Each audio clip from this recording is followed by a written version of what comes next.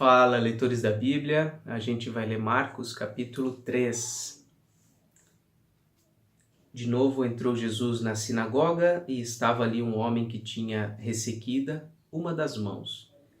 E estavam observando a Jesus para ver se o curaria em dia de sábado, a fim de o acusarem. E disse Jesus ao homem da mão ressequida: Vem para o meio.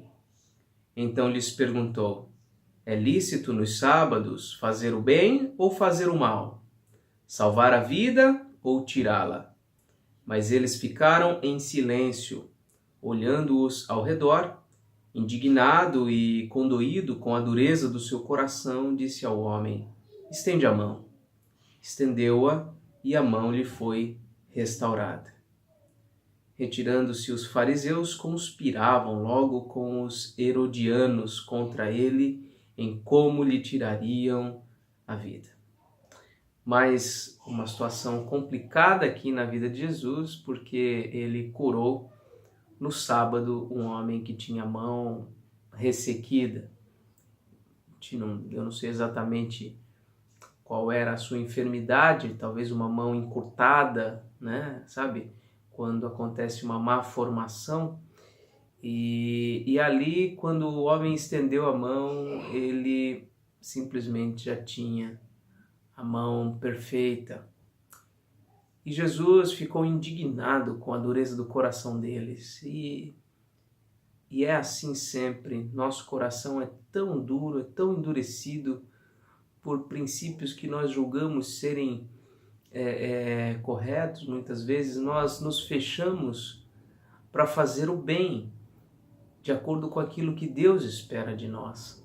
Nós temos muita facilidade em nos apegar a determinados procedimentos e somos tão tardios em nos apegar à bondade, né? Aos atos de misericórdia. E Jesus nos dá esse exemplo. Nós precisamos nos desapegar de coisas vazias de sentido e nos apegar verdadeiramente às pessoas e aquilo que Deus quer realizar na vida delas, né? Continuando a leitura, retirou-se Jesus com os seus discípulos para os lados do mar. Seguia-o da Galiléia uma grande multidão, também da Judéia, de Jerusalém, da Idumeia, da além do Jordão e dos arredores de Tiro e de Sidom, uma grande multidão, sabendo quantas coisas Jesus fazia, veio ter com ele. Então, gente de todos os lugares, da Galiléia lá de cima, da Judéia lá de baixo, da Idumeia, da além do Jordão, de Tiro e de Sidom, enfim, de todos os lugares.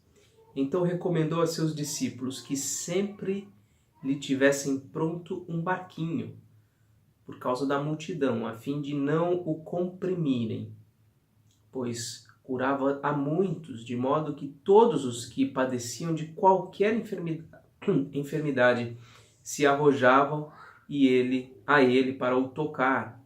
Também os espíritos imundos, quando o viam, prostravam-se diante dele e exclamavam: Tu és o Filho de Deus. Mas Jesus lhes advertia severamente que o não expusessem à publicidade. Depois subiu ao monte e chamou os que ele mesmo quis e vieram para junto dele. Então designou 12 para estarem com ele e para os enviar a pregar e a exercer a autoridade de expelir demônios. Eis os 12 que o designou: Simão, a quem acrescentou o nome de Pedro, Tiago, filho de Zebedeu, e João, seu irmão, aos quais deu o nome de Boanerges, que quer dizer filhos do trovão. André, Filipe, Bartolomeu, Mateus, Tomé, Tiago, filho de Alfeu, Tadeu, Simão o Zelote e Judas Iscariotes, que foi quem o traiu. Então, embora Jesus tivesse uma multidão de seguidores, ele escolheu para si 12 pessoas que iriam acompanhá-lo de um modo mais dedicado. Eles teriam autoridade para tanto pregar o evangelho como também para expelir demônios. Seguindo aqui. Então ele foi para casa. Não obstante, a multidão afluiu de novo, de tal modo que nem podiam comer. E quando os parentes de Jesus ouviram isto, saíram para o prender, porque diziam: está fora de si. Os escribas que haviam descido de Jerusalém diziam: ele está possesso de Beelzebu, e é pelo maioral dos demônios que expele os demônios. Então veja, várias pessoas se incomodavam profundamente com o que estava acontecendo. Os familiares de Jesus disseram que ele estava fora de si. Eles foram prender Jesus porque nem quando ele estava na casa dele, ele tinha paz. As pessoas iam até ele, impediam até ele de comer. Então, e também, além de todos esses, os escribas que tinham vindo de Jerusalém, eles diziam que Jesus estava possesso de Beelzebu. Olha a explicação que eles davam ao poder, ao fenômeno que era a pessoa de Jesus Cristo. Eles não queriam admitir que Jesus era o Filho de Deus, o Todo-Poderoso encarnado, ministrando cura, ministrando salvação, perdoando pecados, que é o que nós vimos no início do capítulo 2. Eles não conseguiam admitir isto e eles criaram essa teoria mirabolante de que Jesus fazia o que fazia pelo poder de Beelzebu, que seria o maioral dos demônios, ou seja, o próprio Satanás. Então, convocando-os, Jesus lhes disse, por meio de parábolas: como pode Satanás expelir a Satanás?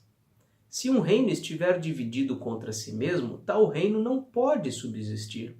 Se uma casa estiver dividida contra si mesma, tal casa não pode subsistir. Se, pois, Satanás se levantou contra si mesmo e está dividido, não pode subsistir, mas perece. Então, a primeira parábola que ele fala é essa. Como é que Satanás pode estar lutando contra ele mesmo? Não tem como, não faz o menor sentido. Um país, quando entra em guerra consigo mesmo, seria o caso da guerra civil, não tem vitorioso praticamente, o país é derrotado. Numa casa, quando marido e mulher brigam, não tem um vitorioso, ambos saem derrotados. Então, não tem como Satanás estar expelindo a ele próprio ou os seus subordinados. Não faz o menor sentido. É isso que Jesus está explicando ali. E uma outra parábola, versículo 27. Ninguém pode entrar na casa do valente para roubar-lhe os bens sem primeiro amarrá-lo, e só então lhe saqueará a casa.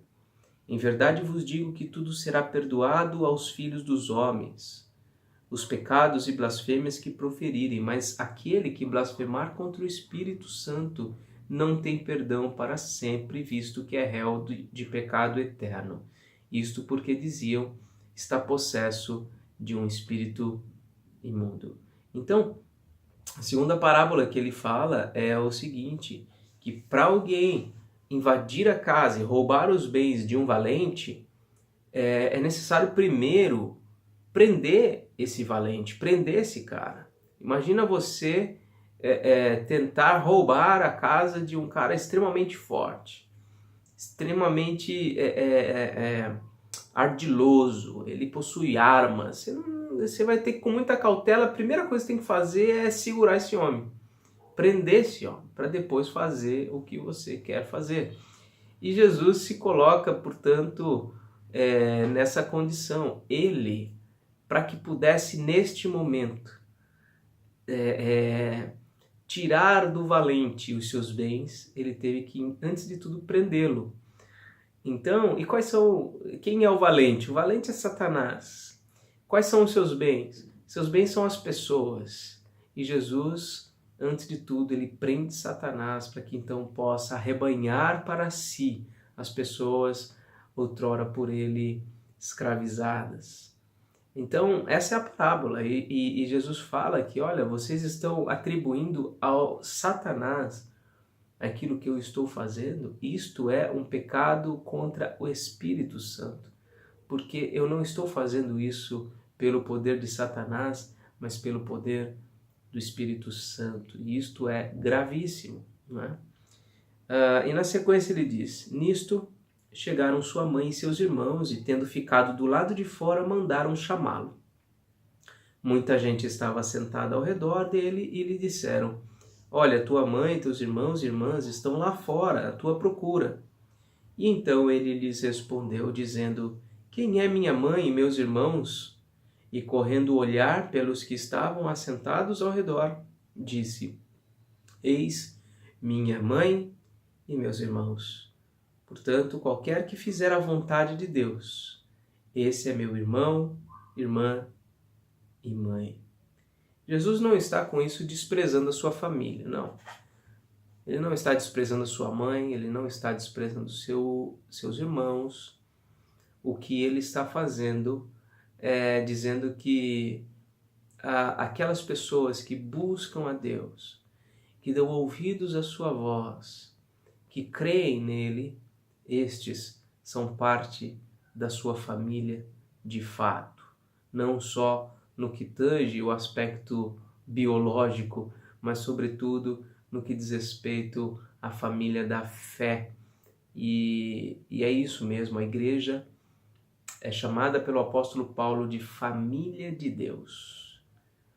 Estes que buscam ao Senhor Jesus Cristo e buscam nele a adoração a Deus Pai, o caminho para acessar o trono da graça de Deus, estes são considerados familiares de Jesus, né? O apóstolo Paulo vai dizer que ele é o primogênito entre muitos irmãos.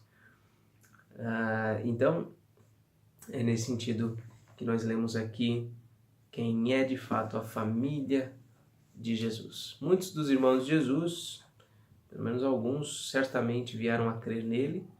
A sua mãe, sem dúvida nenhuma, uma crente fiel, né, também. Foi, inclusive, louvada, né, bendita ali pelo anjo, por Isabel e tantos mais. Então, realmente, uma mulher de um valor sem igual, né, Maria. Obviamente, ela não está à altura daquele que ela gerou no seu ventre. Ela própria reconheceu que ele seria o seu Salvador. Então ela, sem dúvida nenhuma, era parte da família do Senhor Jesus, não só no que diz respeito à questão biológica, mas sobretudo ela fazia parte da família da fé, na família de Deus, mas com suas reticências, com seus medos, com suas características humanas. Ela era mãe, as mães são assim mesmo, não é? Bem, essa foi a nossa leitura de hoje. Amanhã a gente continua, se Deus quiser. Um grande abraço para você. Tchau.